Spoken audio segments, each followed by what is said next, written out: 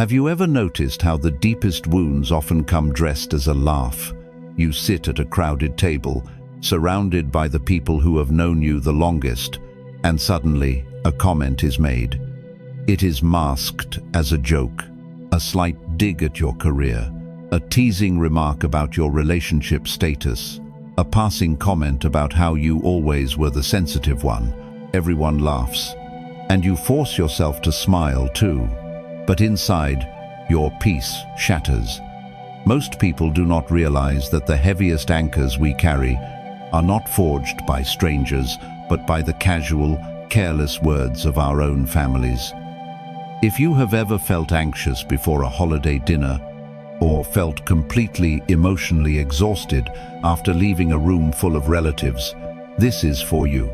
Stay until the end, because the final lesson may change the way you see this pain forever. It happens subtly. We grow up, we evolve, we build lives of our own. But the moment we cross the threshold of our childhood home or gather for a reunion, it is as if time reverses. We are pulled back into an old script we did not write and no longer wish to play. The jokes are not really jokes. They are reminders. Reminders of a role they need you to stay in, so they do not have to change how they see themselves. And when you try to step out of that role, the resistance comes disguised as humor. It leaves you questioning your own reality. Why does this bother me so much? Am I just taking things too seriously? Buddhist wisdom teaches us that much of our suffering comes from attachment. But in this case, the root of the pain is not just your attachment, it is their attachment to who you once were. In Buddhist thought, everything is impermanent, everything flows. You are not the same person you were 10 years ago, or even 10 months ago. Yet, a family dynamic often operates like a stagnant pond, resisting the natural flow of time and the beauty of change. Imagine a tree that has grown deep in a forest. As a young sapling, it was pinned down by a heavy stone. For years it grew crooked, but over time, with sunlight and rain, the tree grew strong, sending bold new branches upward toward the open sky.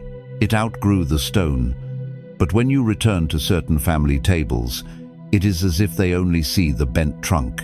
They still treat you as the sapling trapped under the weight. They make jokes about the rock. They poke at the bend. They do not look up to see the branches that now reach the clouds. This is why your peace is so easily disturbed. It is not just the words, it is the exhaustion of not being seen. It is the quiet grief of sitting in a room full of people who share your history but have no idea who you actually are today. You spend your daily life making hard decisions, setting goals, and earning respect in the world. Yet, in a single afternoon with relatives, a few well-aimed words can make you feel small, anxious, and instantly defensive. Ask yourself, are you truly upset by the words they said, or are you mourning the fact that they still refuse to see the person you have become? Pause, breathe, observe the thought without following it. You do not need to fight their perception. Let the feeling rise without making it your identity. You cannot force anyone to look at the sky if they are determined to stare at the ground. The pain you feel at that table is the friction between your current reality and their outdated memory.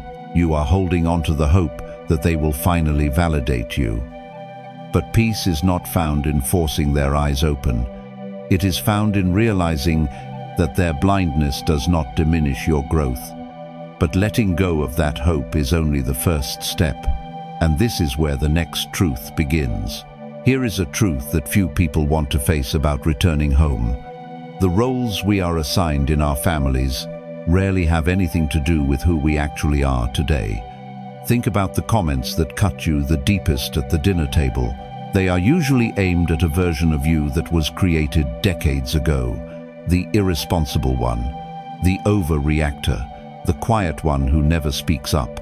You are handed an invisible script the moment you walk through the door. You feel the heavy, silent pressure to conform to this character. When the joke is made at your expense, the expectation is that you will react exactly as you always did, by shrinking, by getting defensive, or by laughing nervously just to keep the peace. Buddhist wisdom teaches that the idea of a permanent, unchanging self is an illusion. You are not a fixed, rigid object. You are a continuous process of becoming.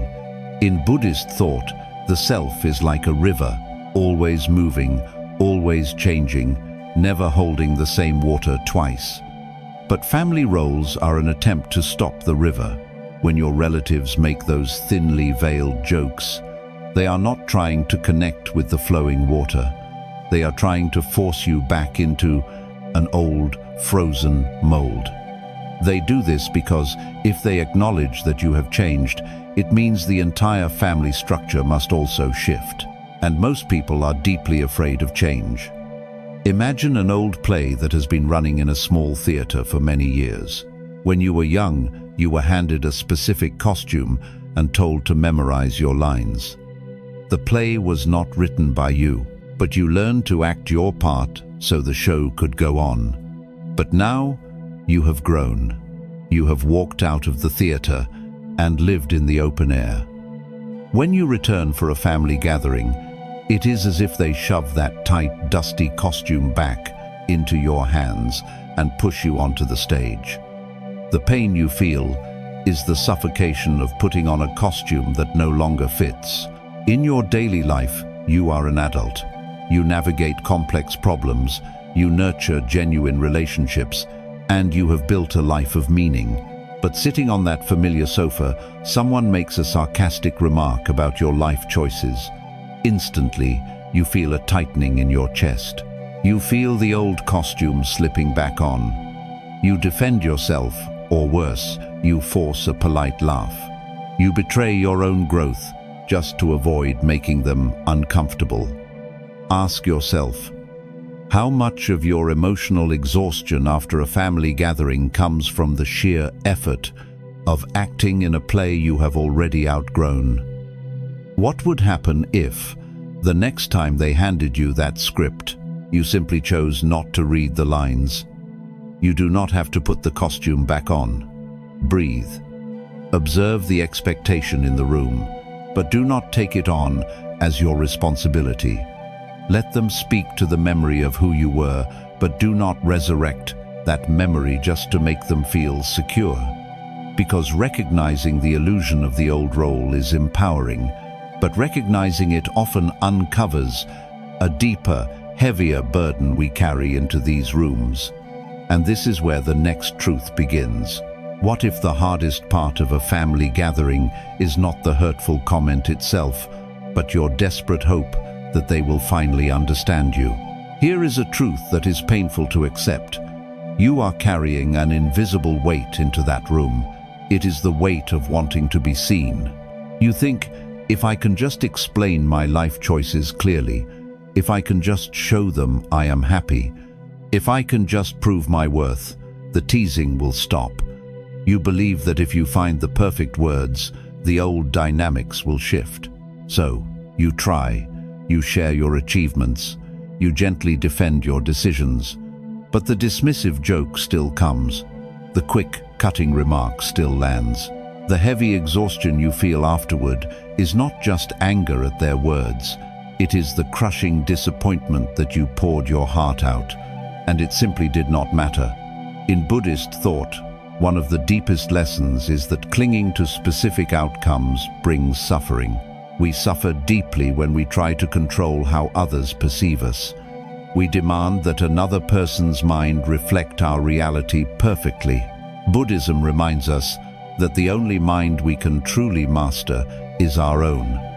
When you base your inner peace on whether your family understands your journey, you are handing them the keys to your emotional house and begging them to keep it clean. Imagine standing on a rocky beach, shouting at a turbulent ocean to calm down. You hold up maps.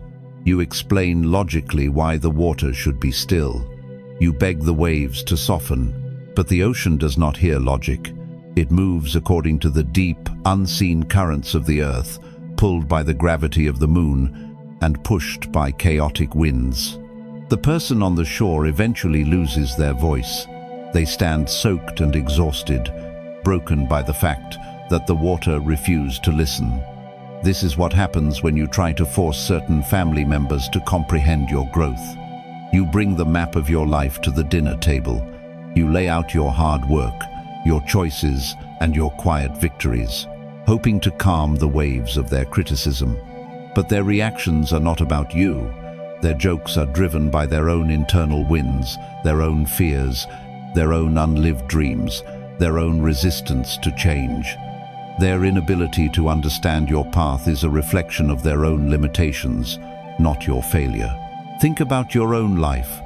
How much of your vital energy have you spent trying to translate your soul into a language they refuse to speak? What would happen if you simply stopped trying to prove you are no longer the person they remember? Stop trying to force the door open. Breathe. Do your part, then release the outcome. You do not need their blessing to be who you are. Let them misunderstand you. Your truth does not require an audience to be real. Giving up the battle for their understanding is the beginning of true freedom. But when we stop fighting aloud, we often fall into a different kind of trap just to survive the evening. And this is where the next truth begins. What if the most damaging thing you do at a family gathering is not arguing, but smiling? Here is a truth that is deeply uncomfortable to acknowledge. When the cruel joke is made and the table erupts in laughter, the greatest injury is not the words they said. The greatest injury is the polite smile you force onto your own face. You sit there, absorbing the sting, and you laugh along. You swallow your dignity to protect their comfort. You tell yourself that it is easier to just play along, to keep the harmony, to not cause a scene. But the peace you are keeping is a lie, and the cost of that lie is your own inner quiet. Buddhist wisdom teaches the importance of truth, not just in how we speak to others, but in how we honor our own reality. In Buddhist thought, ignoring our own suffering to maintain an illusion of harmony is not true peace. It is suppression. It creates a deep, agonizing division within. When your outward expression contradicts your inner pain, you fracture your spirit. You teach your own mind that your feelings do not matter as much as the temporary comfort of the room.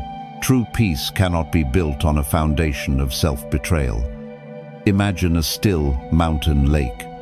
Every time someone makes a cutting remark disguised as a joke, it is a heavy stone thrown into the water. When you force a polite smile and pretend everything is fine, you do not stop the stone. You just let it sink quietly to the bottom. On the surface, the lake appears calm. The people around you think the water is perfectly fine, but over the years, the stones pile up. The bottom of the lake becomes jagged and full of debris.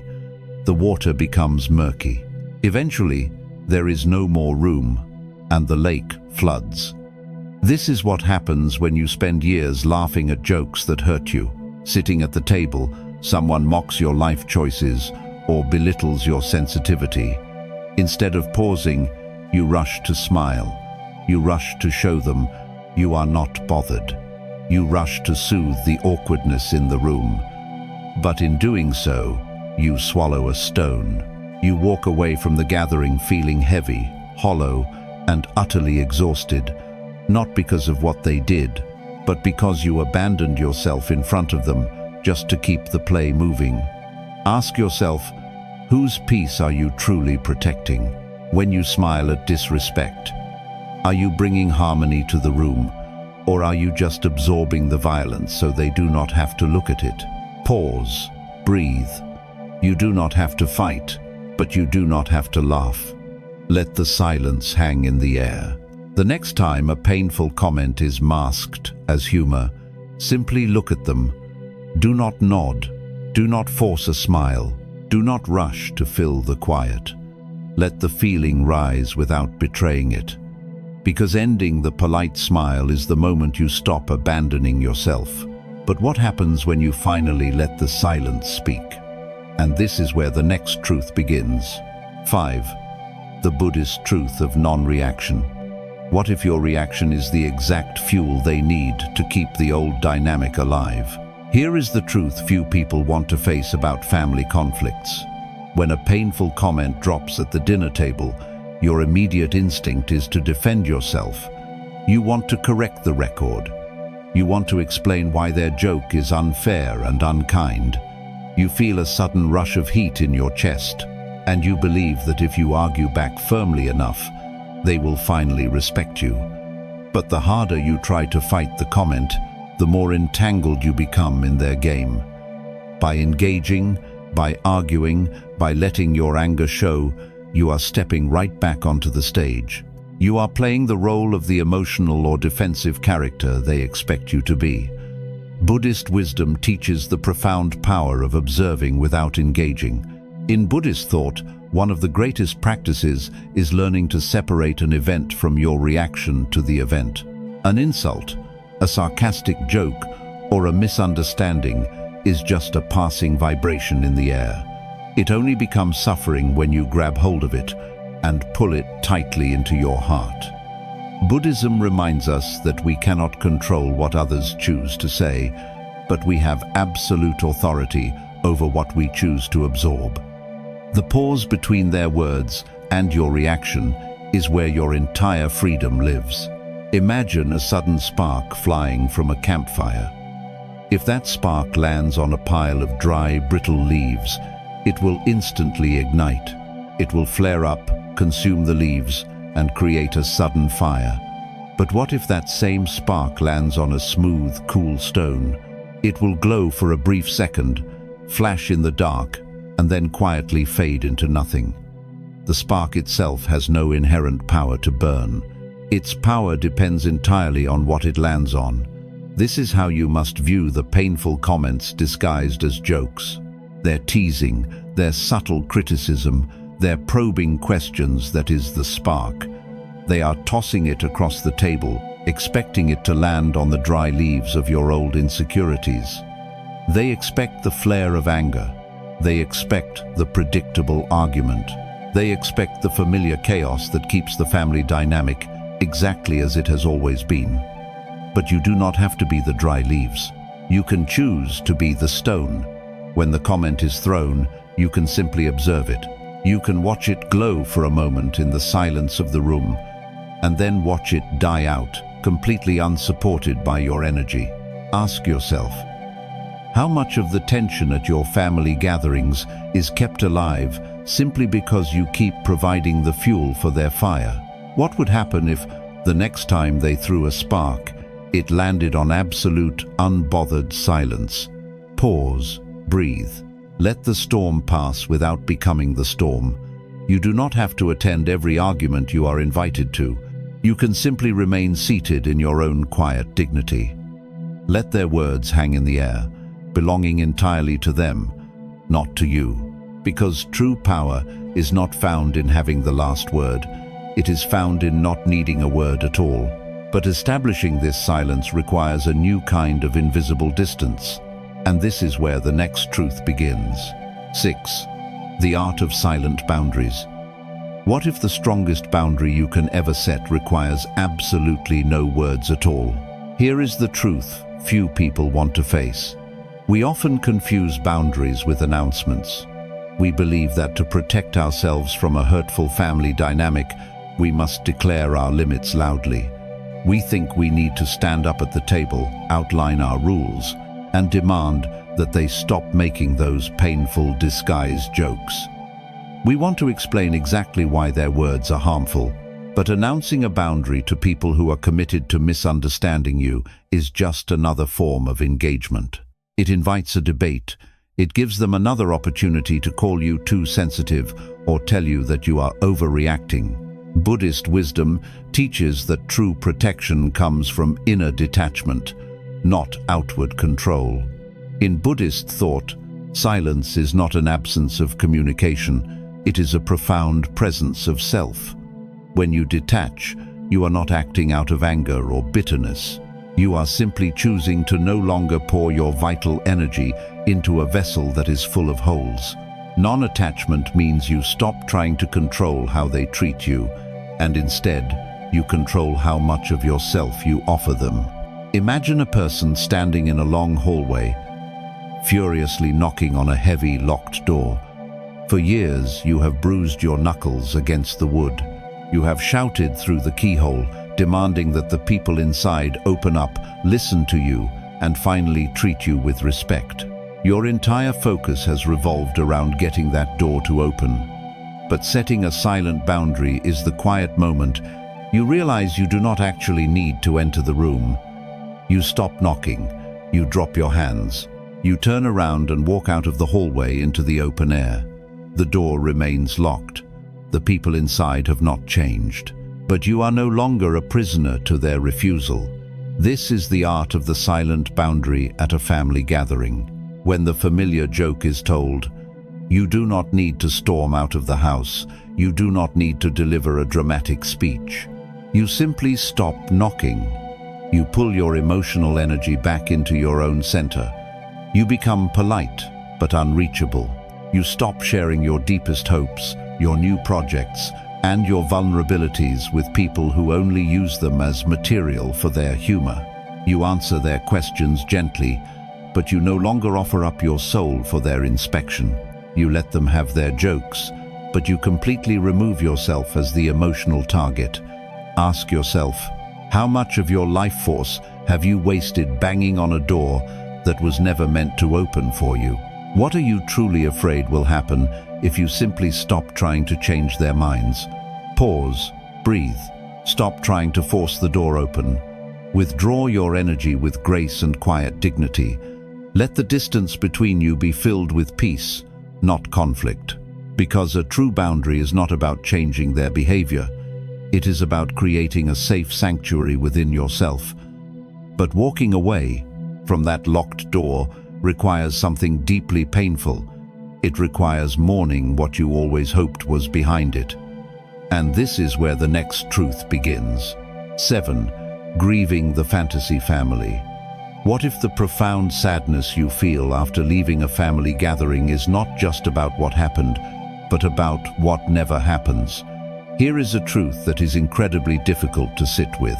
When you walk out of your childhood home feeling empty, you are not just reacting to the thinly veiled insults or the silent boundaries you had to carefully maintain.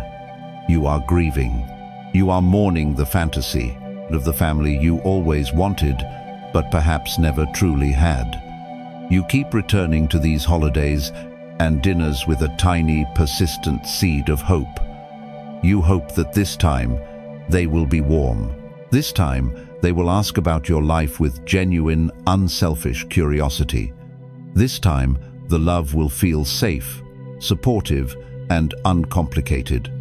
And every single time the sarcastic jokes begin, that fragile hope is quietly crushed all over again.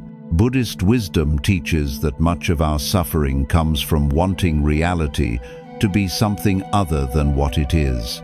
In Buddhist thought, true peace requires seeing clearly. It requires stripping away our comforting illusions and accepting the absolute truth of the present moment.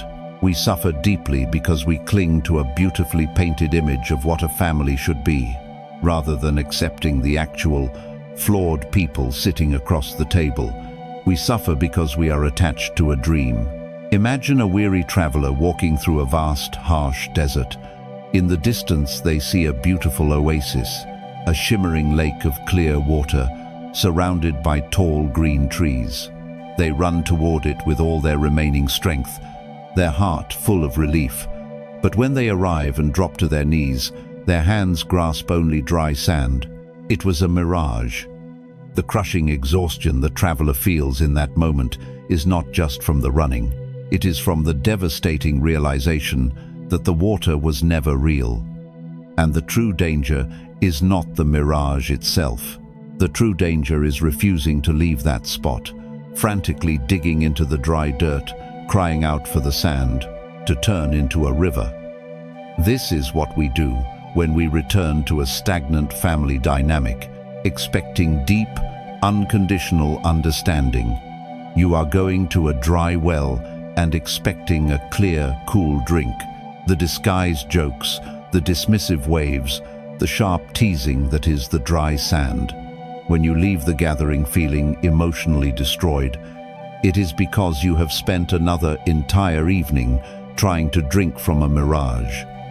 You have spent another evening waiting for a beautiful fantasy to finally materialize. Ask yourself, are you continually breaking your own heart by expecting them to be someone they have never been? What are you truly afraid to let go of the family you actually have, or the comforting fantasy of the family you wish they were? Pause, breathe. Let the grief rise without fighting it. Allow yourself to mourn the illusion. It is okay to be sad that the well is dry. You do not have to pretend the disappointment does not hurt.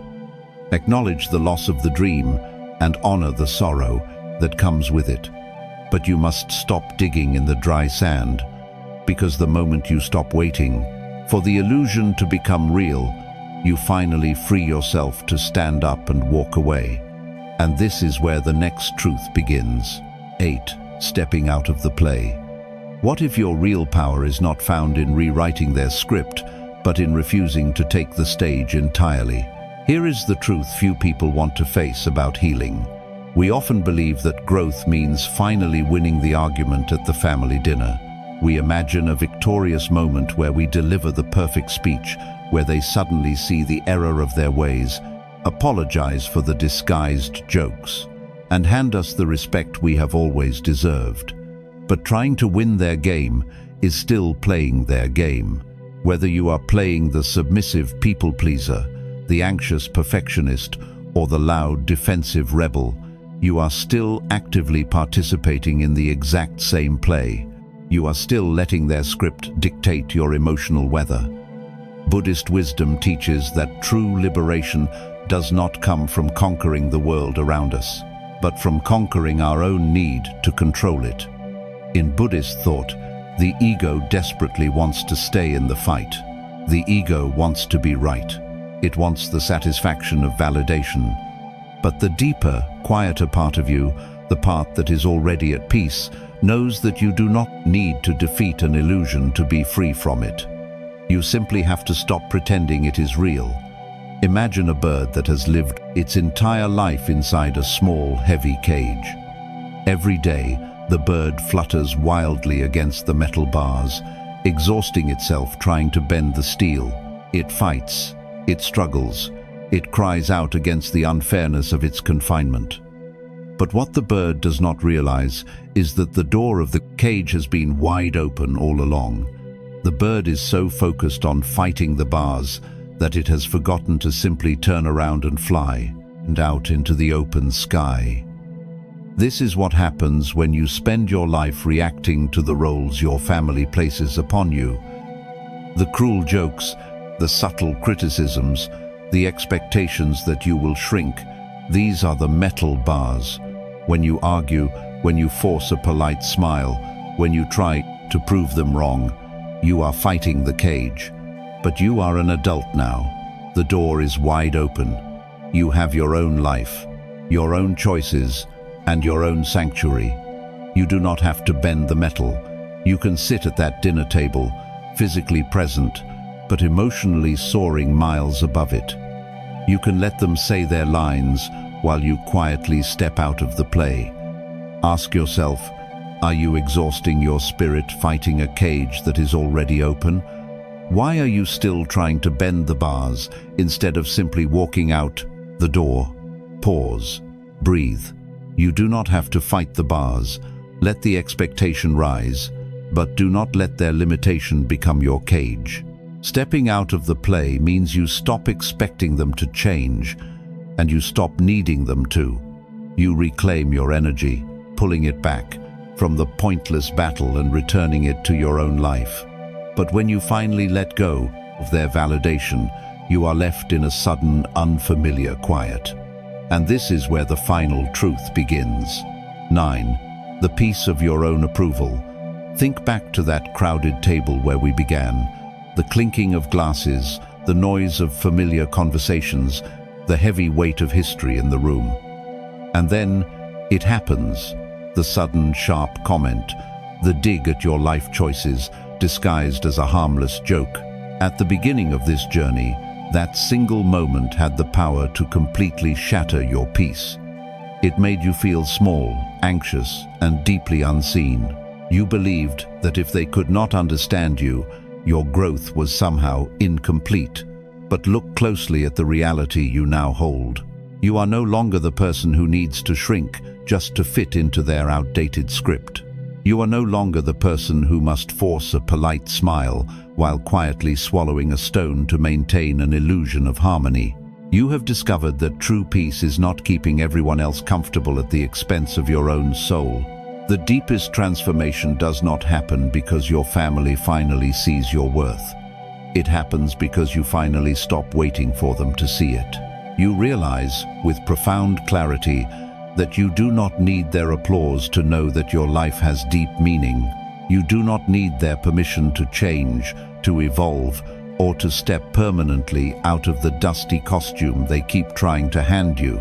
The immense relief you feel is the sudden realization that your true home is not found in their validation. Your true home is built within yourself. Buddhist wisdom teaches that the ultimate freedom is finding a quiet, unshakable center in the midst of a noisy, chaotic world. When you finally let go of the attachment to how others perceive you, the mind becomes like a vast, clear sky. Storms may rise, clouds may gather. A harsh word, a deliberate misunderstanding, a disguised joke, these are just temporary clouds drifting across the endless expanse.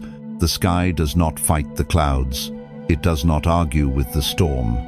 It simply remains open, vast, and completely untouched, allowing the weather to pass. This is what your inner peace looks like now. You can sit at that family gathering and watch the clouds of their expectations drift by without letting them block your sun. You can hear their teasing, their laughter, and their judgments, and recognize them for exactly what they are. Faint echoes of a past you have already survived and outgrown. You do not have to correct their memories. You do not have to convince them of your strength. You only have to remain deeply rooted in your own silent truth. You have built a beautiful life. You have learned difficult lessons, faced your own fears, and cultivated your own inner light. That light does not dim simply because someone else refuses to open their eyes. Think about the incredible distance you have traveled to become the person you are today. Honor that journey. You are worthy of your own absolute respect. You are allowed to fiercely protect your energy. You are allowed to leave a room when the air becomes too heavy, or to stay and sit quietly in your own unbreakable dignity. The play is over. You belong entirely to yourself now. If these lessons touched your heart, share this video with someone who may need a little more peace today. Peace was never outside of you.